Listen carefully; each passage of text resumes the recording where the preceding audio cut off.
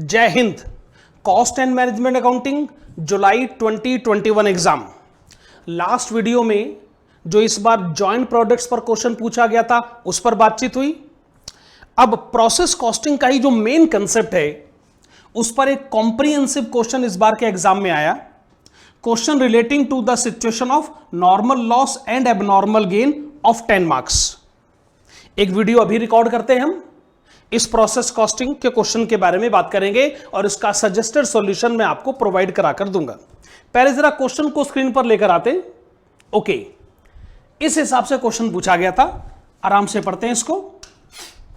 ए manufacturing unit manufacture से product XYZ through 3 distinct processes और उनके नाम है X, Y and Z।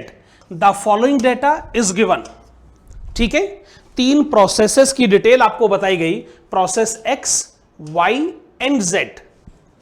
Material consumption की इंफॉर्मेशन और डायरेक्ट वेजेस। अच्छी बात है, आगे क्वेश्चन बढ़ते हैं। दे से total production overheads 15,750 which exactly is 150% of direct wages। Direct wages है 4,000, 3,500, 3,000। अगर आप इसका टोटल करेंगे, ये जो डायरेक्ट वेजेस अलग अलग प्रोसेसेस के हैं, अगर आप इसका टोटल करें तो वो आता है 10,500। उसका अगर आप 150% करते हैं तो वो क्वेश्चन बता रहा है कि वो 150% हो गया 15,750। इसका मतलब ये प्रोडक्शन ओवरहेड्स अगर मुझे तीनों प्रोसेसेस में डिस्ट्रीब्यूट करने हैं तो मैं हर एक की डायरेक्ट वेजेस का रेस्पेक्टिव 150% कैलकुलेट कर सकता हूं। ओके, प्रोसेस एक्स में हमने 15,000 यूनिट्स इंट्रोड्यूस करी at the rate of ₹2। The output of each process passes to the next process. Of course एक प्रोसेस का जो आउटपुट है वो दूसरे प्रोसेस का इनपुट तो बनेगा ही। And finally 12,000 units were transferred to finish stock account. Okay, जो आखिरी प्रोसेस रहा यानी प्रोसेस Z, उससे जो फाइनल आउटपुट बनकर आया, क्वेश्चन कहता है वो है 12,000 यूनिट्स। ओके, नेक्स्ट इंफॉर्मेशन क्या है उसको भी पढ़ लेते हैं। Okay, no stock of material और work in progress was left at the and.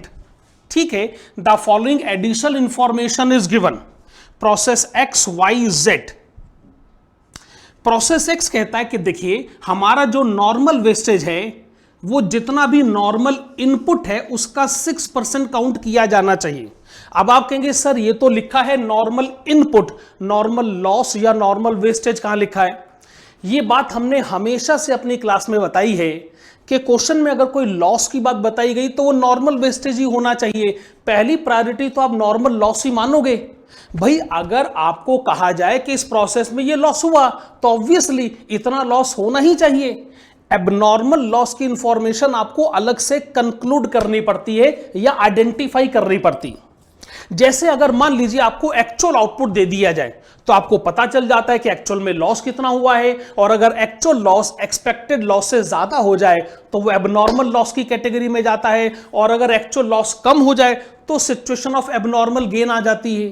तो यहां पर ये नॉर्मल लॉस की इंफॉर्मेशन है। प्रोसेस एक्स कहता है हमारा जो वेस्टेज है हमारे इनपुट का 6%।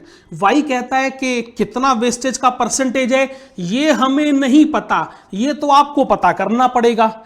प्रोसेस Z कहता है कि हमारे केस में 5%। जो रियलाइजेबल वैल्यू है वो इंडिविजुअल प्रोसेस में आपको गिवन है। हम आपसे क्या चाहते हैं? You are required to number 1 find out the percentage of wastage in process Y given that output of process Y is transferred to process Z at ₹4 per unit। Okay, पहली बात क्वेश्चन ने क्या कही कि जो प्रोसेस Y से process Z में जो आउटपुट जाएगा उसकी जो कॉस्ट पर यूनिट है वो है ₹4। अगर ये बात आपको बताई जाए तो क्या आप हमको बताएंगे ये जो प्रोसेस Y कहता है कि हमारा जो नॉर्मल लॉस है नॉर्मल इनपुट का कितना परसेंटेज है? और सेकंड पार्ट हम ये चाहते हैं कि process X, process Y, process Z तीनों के प्रोसेसेस अकाउंट भी बनाई जाए। अच्छा, इसका सजेस्टेड आंसर किस तरीके से आगे बढ़ना चाहिए? वेल, आंसर मैंने पहले से लिखा हुआ है। बस मुझे समझाने में जितना टाइम लगेगा सो लगेगा। एक वीडियो को ज्यादा लंबी ड्यूरेशन तक हम नहीं लेके जा सकते हैं, तो सुनेगा। प्रोसेस एक्स अकाउंट जब आप बनाएंगे तो सबसे पहली एंट्री क्या आनी चाहिए कि जो क्वांटिटी आपने इंट्रोड्यूस करी है, जो आपको गिवन है 15,000 units at the rate of ₹2 30,000। फिर क्वेश्चन में यह भी लिखा हुआ है कि जो मटेरियल आपने एडिशनली कंज्यूम किया, जैसे प्रोसेस एक्स में 2,600, डायरेक्ट वेजेस है 4,000 और जो प्रोडक्शन ओवरहेड्स हैं वो डायरेक्ट वेजेस का ही 150% ले लिया गया 6,000। डेबिट साइड क्वांटिटी 15,000 और अमाउंट का टोटल 42,600। अच्छा, प्रोसेस एक्स में नॉर्मल लॉस का परसेंटेज है 6%। तो अगर इनपुट है 15,000 यूनिट्स, उसका 6% हो गया 900। में से यह भी है कि एक्स की जो रियलाइजेबल वैल्यू है स्क्रैप की वो है ₹1.10। तो 1.10 से मल्टीप्लाई करा तो टोटल रियलाइजेबल वैल्यू आ गई 990। ओके, क्वांटिटी का बैलेंसिंग फिगर मिला, अमाउंट का बैलेंसिंग फिगर मिला। मुझे यहां पर कोई एबनॉर्मल लॉस या गेन तो सोचना है नहीं, क्योंकि क्वेश्चन में उसका इंडिकेशन प्रोसेस एक्स को लेकर नहीं है। तो सिंपली जो अमाउंट मेरे पास बैलेंसिंग फिगर आया उसे मैंने क्वांटिटी से डिवाइड करा, मुझे पता चल गया कॉस्ट पर यूनिट 2.95।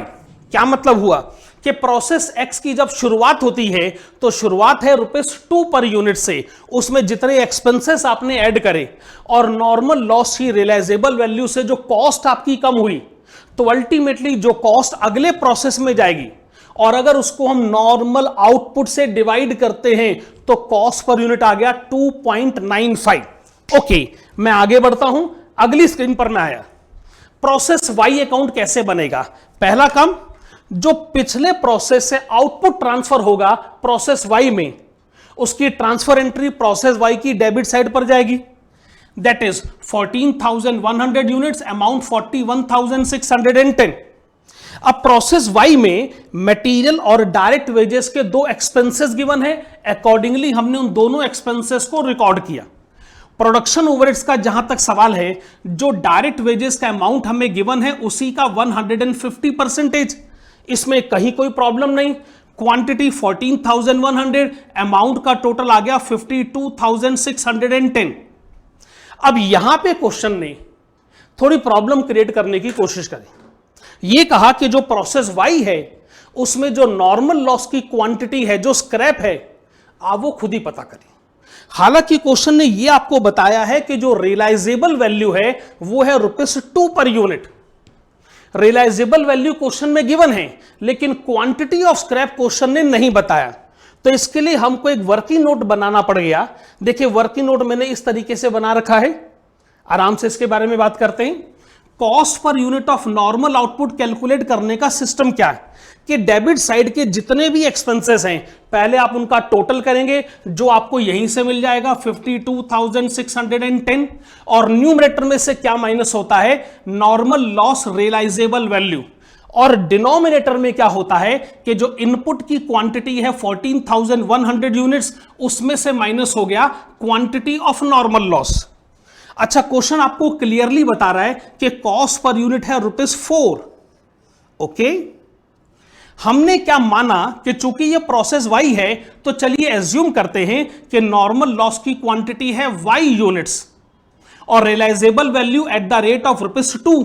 तो ये तो अपने आप में एक इक्वेशन बन गई, इसको बस क्रॉस मल्टीप्लाई करना है। ऐसा क्वेश्चन एक हमने अपनी क्लास में कर रखा है, आप याद करिए।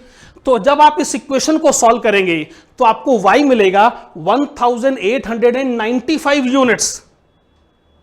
और साथ ही साथ हम यह भी बता देते हैं कि जो प्रोसेस y है उसमें जो स्क्रैप की क्वांटिटी है वो इनपुट का कितना परसेंटेज है, क्योंकि क्वेश्चन ने एग्जैक्टली आपसे पूछा भी है कि जो प्रोसेस y है उसमें जो स्क्रैप की क्वांटिटी है वो इनपुट का कितना परसेंटेज है, दैट इज 13.44%।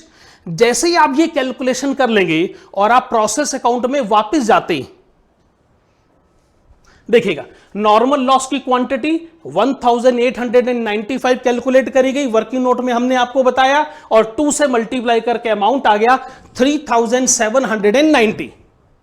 उससे आपको यह पता चल जाएगा कि कितनी क्वांटिटी प्रोसेस जेड में जाएगी। 12,205 यूनिट जो आपको बैलेंसिंग फिगर मिला, अमाउंट भी आपको पता चल गया, और अमाउंट को क्वांटिटी से डिवाइड करेंगे तो कॉस्ट पर यूनिट ₹4 तो फिर आना ही है। फिर उसके बाद हम बढ़ेंगे प्रोसेस जेड की तरफ। तो प्रोसेस जेड के लिए मैं जरा अगली स्लाइड पर आ जाता हूं। ये हमने प्रोसेस जेड पहले से बना के रखा हुआ। तो प्रोसेस वाई से जो एंट्री ट्रांसफर होगी, पहले उसको डेबिट साइड पे रिकॉर्ड किया गया। उसके बाद प्रोसेस जेड में additional material, direct wages, production overheads के एक्सपेंसेस रिकॉर्ड हुए। अच्छा, नॉर्मल लॉस के बारे में क्वेश्चन ये मैसेज देता है कि जितनी भी क्वांटिटी आपने इंट्रोड्यूस करी है या जो प्रोसेस जेड का इनपुट है उसका 5% का लॉस है। तो 5% आ गया 610, और इसकी रियलाइजेबल वैल्यू है ₹1 पर यूनिट, तो अमाउंट भी हो गया 610। अच्छा, क्वेश्चन आपको क्लियर मैसेज दे रहा है कि जो प्रोसेस जेड है, जो आखिरी प्रोसेस है, यहां से टोटल 12,000 यूनिट जो फाइनली बनी है वो फिनिश गुड स्टॉक अकाउंट में जाएगी। इसका सीधा सा मतलब है कि आपको जो एक्चुअल में लॉस हुआ है वो उतना नहीं हुआ जितना पीरियड के शुरू में सोचा गया था। अकॉर्डिंगली जो बैलेंसिंग फिगर मुझे डेबिट साइड पर मिला वो है 405 यूनिट्स ऑफ एबनॉर्मल गेन। अब एबनॉर्मल गेन का अमाउंट भी पता करना है, और जो क्वांटिटी आप फिनिश गुड्स में भेज रहे हैं उसका अमाउंट भी पता करना है। तो ऐसी सिचुएशन में एक कैलकुलेशन आपको अलग से करके बतानी पड़ती है, उसको बोलते हैं cost per unit of normal output. Procedure कितना सिंपल सा है, जितने भी एक्सपेंसेस डेबिट साइड पर लिखे हैं वो सब आपको ऐड करने पड़ते हैं, और आप डिडक्ट करते हैं realisable value of normal loss. Divide आप किससे करते हैं, जो इनपुट आपने लिखा है उसमें से माइनस करें क्वांटिटी ऑफ नॉर्मल लॉस। मुझे पता चला cost per unit of normal output 4.977। इस रेट पर जब हमने एबनॉर्मल गेन का अमाउंट पता किया वो आया 2016, और जो क्वांटिटी फिनिश गुड्स में गई उसका अमाउंट आया 59,726। मैं ये कह सकता हूं ये बहुत बढ़िया क्वेश्चन था। ये वाकई में 10 नंबर के लायक क्वेश्चन था। इंस्टीट्यूट ने एक अच्छा क्वेश्चन पूछा। प्रोसेस वाई में खास तौर पे जो स्क्रैप की कैलकुलेशन रही वो बढ़िया कैलकुलेशन थी। ओके, तो हमने इस वीडियो में डिस्कस किया इस बार के एग्जाम में जो प्रोसेस पे क्वेश्चन पूछा गया।